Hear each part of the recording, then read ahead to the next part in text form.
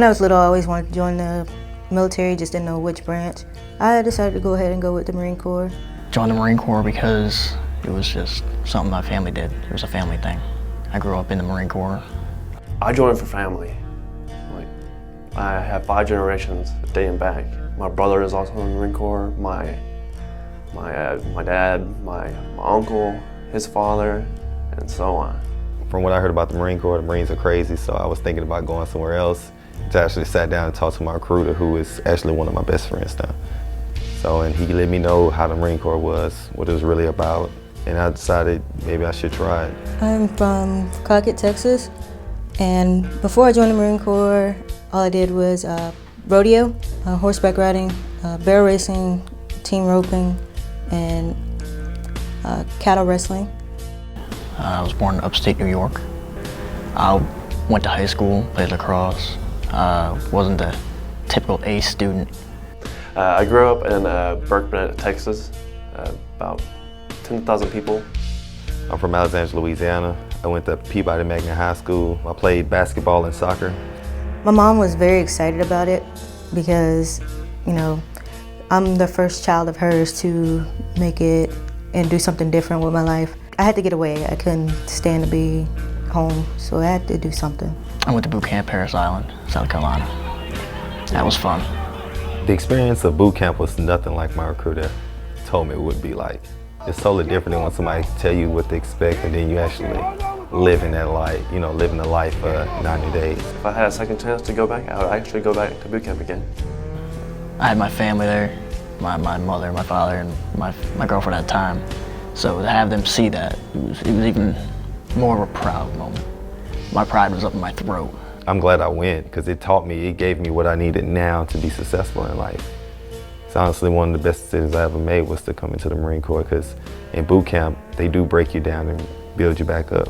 I was extremely proud to get my EJA, doing the ceremony and everything. It's like, actually almost cried.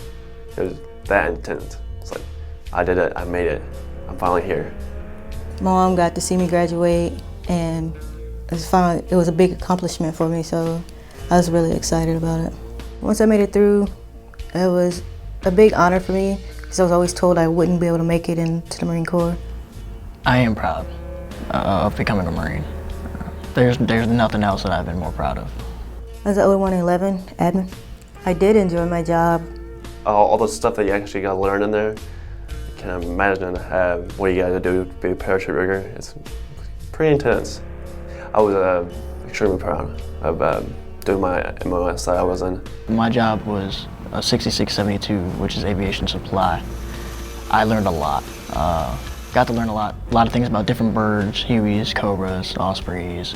At first I wanted to be artillery, but when my mom found out I was going to boot camp, going to sign up for the Marine Corps the next day, and she never knew nothing about it, she kind of freaked out a little bit. So to give her peace of mind, I picked admin.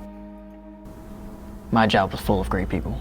People who would like to teach you as well as learn from you regardless of rank. I went to Okinawa, Korea, Hawaii, Guam, and the Philippines. And the traveling it's a new experience. I got to see new things, try new things. Went to Afghanistan in 2010. I went to Camp Leatherneck, which I was attached to 3rd LAD out of Camp Pendleton. So I was with them doing patrols, pretty much guarding the main entry point. And when they did change command, I got attached to 325 infantry unit. Being part of the war effort was like probably the best thing that I could say ever happened to me. It was great because I got a chance to lead Marines. You know, I had never actually led Marines in combat. You know, I was an 0111, well 0121, so I was admin, but the chance to actually get out there and, you know, I guess you could say feel like a real Marine was a great experience. I've made a bond with some of those Marines that, you know, that's closer than family members. I loved it. Most Marines just can't wait to get out. I was honestly thinking about staying in. Now, look at where I am. I was convicted of sexual assault and sodomy. I was convicted of abusive sexual contact.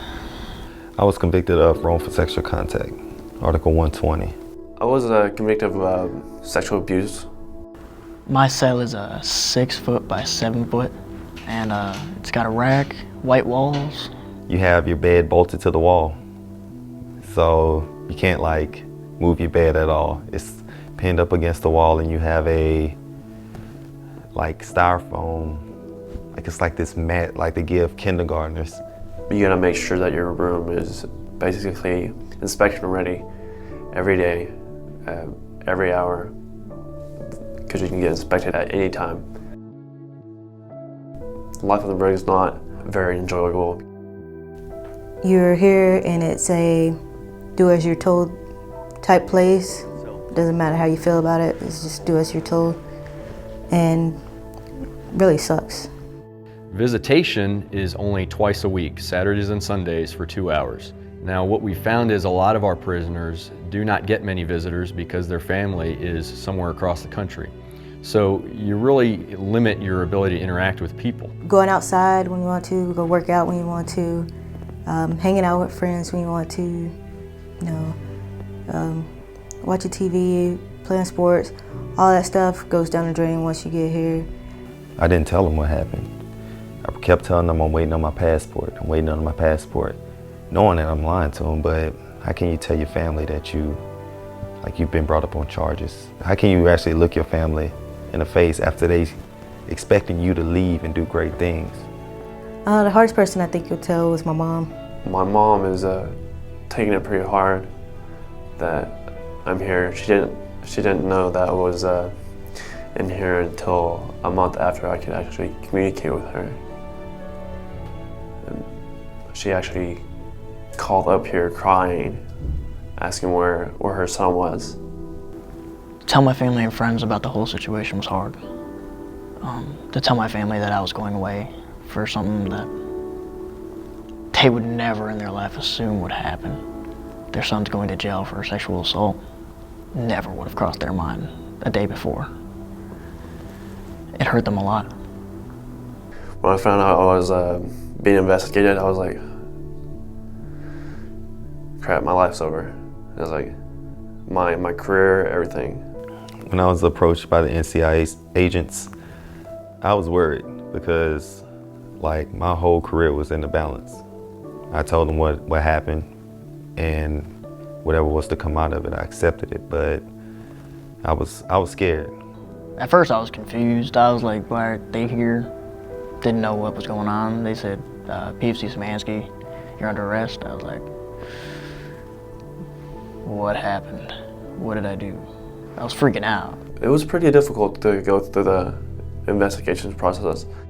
My emotions pretty flared up pretty bad. I was like, this can't be happening. I didn't know what to do, didn't know what to say. I was really upset, I was mad, furious, and then at the same time I was confused. My name is Captain Rob Plagman, and I'm a judge advocate in the United States Marine Corps. From the time a sexual assault allegation is made against a Marine, that stigma is immediately attached. Your entire life at that point becomes subject to government scrutiny. The Naval Criminal Investigative Service, or NCIS, will have access to your computer, your phone and your phone records. Your living quarters, off base or on base, are subject to inspection. Additionally, you could be taken out of your workstation, taken away from the only means of support that you have, the friends and Marines that you've come to work with and rely upon. My next assignment was Marine Corps Embassy Security Group. I was going to South Africa, Pretoria, South Africa, and that was going to be a 3-year tour. I was going there to work with Region 6 to help out the Marines that's on post. When they arrested me, I was about 2 days out from actually leaving. They canceled my visa and confiscated my diplomatic passport. I was just at my unit only like 4 days before this incident happened. I get here, these people don't even know who I am, but this is my new unit. So jump right off the bat, their perception of me is a troublemaking Marine. After NCIS has completed their investigation, the government prosecutors will have an opportunity to review everything that NCIS has assembled. The prosecutors will then make a recommendation to your commanding officer as to whether or not you should be charged with the sexual assault related offense. They first point you to your attorney. You have to sign loads of documents. once they started actually bringing up charge sheets, saying that this is what you're being charged for, and you're scared, like, it's a horrible feeling because you don't know what's going to happen at this point. If charged, you may find yourself at an Article 32 hearing. At an Article 32 hearing, your entire life will be laid bare. You'll have no secrets. The investigation and the inspection of your life will be ongoing. All of your friendships, all of your relationships, your sex life, possibly your sexual history, everything about you will be exposed for everyone to see. It was a horrible experience, and when you go in to meet your lawyer for the first time and they go over what can happen to you, your heart sinks, because some charges you'd be surprised that you can get 15 years in a brig. You know, when you, in your mind, you think you didn't do anything that serious, when that's just how severe the situation can be. So tell me about that night.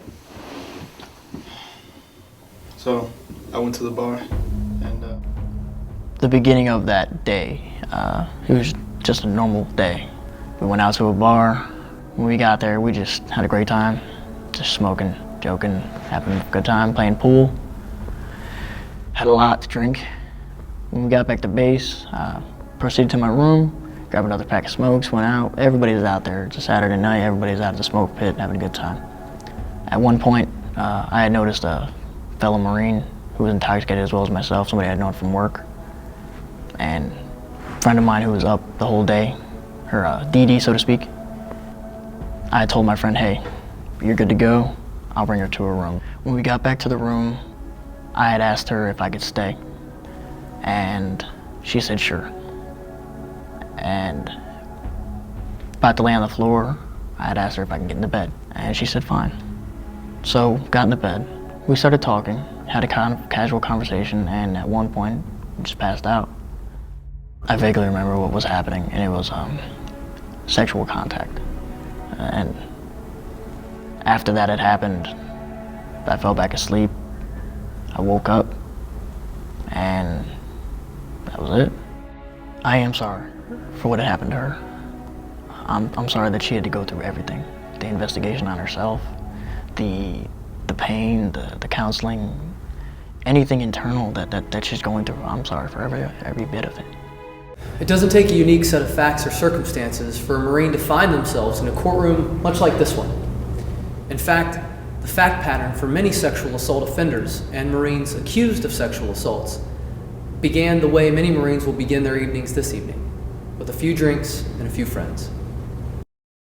It followed a weekend, a Friday night of partying at the E Club, a bunch of drinking, and a lot of irresponsibility on a lot of people's parts, including mine. So think about it this way. You're out at a club, you're with your friends, you have a few drinks, you meet someone, you have a good time together, and you think you have consent. You think you have the green light. The problem is, your idea of a green light and their idea of a green light may be vastly different, or their idea of consent may be altered due to alcohol or other intoxicating substances. And that's why it's so important to avoid these situations that give rise to sexual assault and allegations of sexual assault. It was actually my first Marine Corps ball. There was 1,000+ Marines there. Watching the ceremony go on, the cutting of the cake, the show that they actually presented there, it was pretty crazy. Everybody having a good time, enjoying themselves, and of course there was alcohol there. Then went back to my dorms, and I was still drunk. Then it went downhill from there, basically. My victim was actually as drunk as myself. It felt like I was on autopilot when I was drunk. But I knew what was going on. After what happened, I was like, oh my God, I can't believe I just did that. I was freaking out. You may be with someone who can walk, talk, and act like everything's okay. What you have to understand is that the law says there's a level of intoxication that makes that person incapable of legally giving consent. So if you're confused, about where the line in the sand is or what exactly it means, you're not alone. The answer to that is the line is different and the facts are different. We threw a little house party and it was a whole lot of alcohol there. Like everybody was eating because I was barbecuing. People was just having fun, you know. Conversations were going up until the incident happened. Everything just seemed perfectly fine. Everybody was having a good time. That night, everybody was drinking. I don't know if my accuser, she was drinking. Like it was all like a collective thing. From my perspective, it was just all fun. You know, it wasn't no harm done. Like to me, it was no harm done. You know, I was just thinking this is just a fun night, you know, fun hookup, and then, you know, carry on with everybody's lives. But it didn't happen like that. I wish that somebody else would have stepped up and handled the situation rather than allowing it to get to where it did. If somebody would just step back and could have realized, hey, that's not gonna work. Those don't add up. They could have jumped in. If you really think about it, like how many wise decisions have you really made while drinking? You know, you really don't understand, you know, the severity of the situation. Most Marines I know, they like to drink and they like to have sex, so their mentality, their thoughts towards it are just, I want to say ignorant. Well, when they have the safety stand downs, when they go through all of that, you know, and they talking about sexual assault, not drinking and driving or doing things under the influence of alcohol or drugs, like that's the training that I received. And I sat there and was that guy that was like, well, I don't have to worry about nothing like that because I'll never be that guy. All the training that they give us, these annual trainings for sexual assault, I thought was, at one point I thought it was pointless. But now when I look back on it, I was ignorant and I spoke too soon. The irony of the situation was I went to a sexual assault training not even 2 months before this happened. If I can look at the training now, like I'd be hanging on to every word because in a sense, like you really don't know. Like you just see it on the TV, be like, oh, that Marine's a turd or whatever else like that, because you don't know what happened. You know, like Marines seeing this video, like now, but like, well, I wouldn't get myself caught up in that situation, but it's probably many a times you've had yourself in that situation, but never got caught. Drunk sex is not cool, like, especially not in the Marine Corps, because they are cracking down on it. So they tell you sexual assault, a guy going somewhere with a drunk girl, if that's your friend, you should stop him. Because you're going to be testifying to his court-martial on how good of a person he is and, you know, how he'll never do nothing like that. All rise. Good morning. This court-martial is called to order. All may be seated. I'm Colonel Doherty. I'm the Chief Judge of the Navy Marine Corps Trial Judiciary, and I've been a judge advocate for just about 24 years. I've also been a military judge for 7 years, and I'm now on my 3rd tour as a judge. And as a general court-martial judge, I have seen and watched and sentenced the convicted sex offenders to be imprisoned for decades. The possibility of sentences range from no punishment all the way to life in prison without the possibility of parole. Sex offenses are taken extremely serious in the United States Marine Corps. Sentences for those offenses are also extremely serious. The court-martial lasted 4 days, and it's really stressful, you know. After a while, you start to think, oh my God, what did I do? What did I do? Or how is this happening to me? It wasn't any fun. The trial, it weighed a lot on me. To hear these things, these horrible things, I really wish I had earplugs. I didn't want to hear it. To hear the prosecutor say that I deserve to go away for about 7 years, to do a long time in jail. There's, I would say, about 30 people behind me, and me discussing what I did. The prosecutor, like, degrading you, everything, making you look like the scum of the earth. A court-martial is a search for the truth, and a panel of members, or what the civilians call a jury, sit and listen to all the evidence that's presented to them. Personally, from the bench, I've watched hundreds of Marines and sailors destroy their lives through drunken stupidity. Because when you're going through court and your family have to get up there and on the stand and talk about how much of a good person you is, like your mother, your dad, you know, your superiors, you know, it sucks because some of these people are actually fighting for you to pull through, you know, want you to succeed, want to see you, you know, yeah, learn your lesson, but on the same note, you know, hopefully you could better yourself from the situation. When I went through my sentencing, like, I started crying. Same way I talked to a lot of guys that was in the brig, all of them did the same thing. You're gonna cry. You just realize that you're about to lose however how much time of your life by sitting in a cell for something that you did, that you put yourself through. The truth comes out in every court-martial. The families have to watch and listen to the intimate details of what happened to their loved one. The accused is sitting there while all of these details are displayed before the world.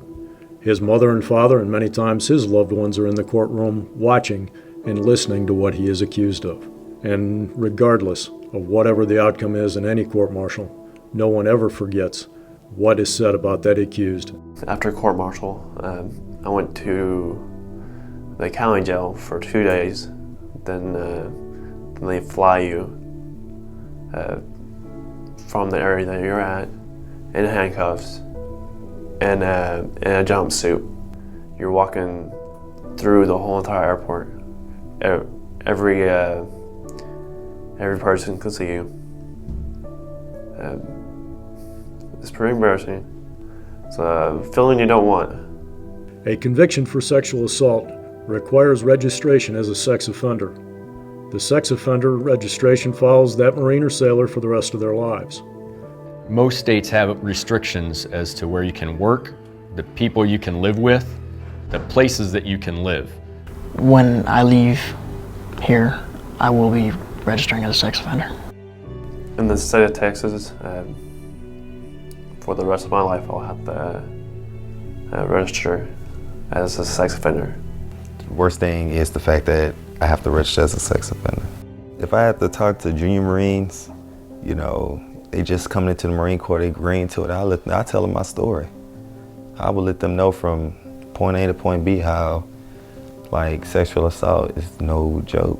Because even though you think that you're just having fun and games, like, no, that's not how life works, really. You know, you really don't take in consideration of the person, you know, and what they're thinking. You know, because you're just thinking, oh, well, it's all fun and games, I'm just having a good time. You know, he or she having a good time, and then you make that one wrong move, and then everything you've accomplished in however long you've been in the Marine Corps is out the window. What I would tell young Marines nowadays about sexual assault, about the whole situation in general, is don't be stupid. Don't think this isn't gonna happen to you. Don't think this could never. Take a step back and look at the big picture. Look at what could happen to you. Look at me. Look at where I'm at. This could be you. Every person is going to know my face, know my name, where I live for the rest of my life. It's like, you don't want to be in my shoes. Staying out of my courtroom is very easy. Ask yourself 3 questions. Is what you're planning to do or what you're doing an honorable thing? Do you ever want to have to explain this conduct to your mother, your father, or anyone you love? Do you have the courage to do the right thing? Do you have the courage to step up and make sure your fellow Marines stay out of trouble? Finally, are you truly committed to your fellow Marines? That means having the honor, the courage, and the commitment to step up and do the right thing. What I feel like I've lost, most people would believe is just a word, but I've lost my honor.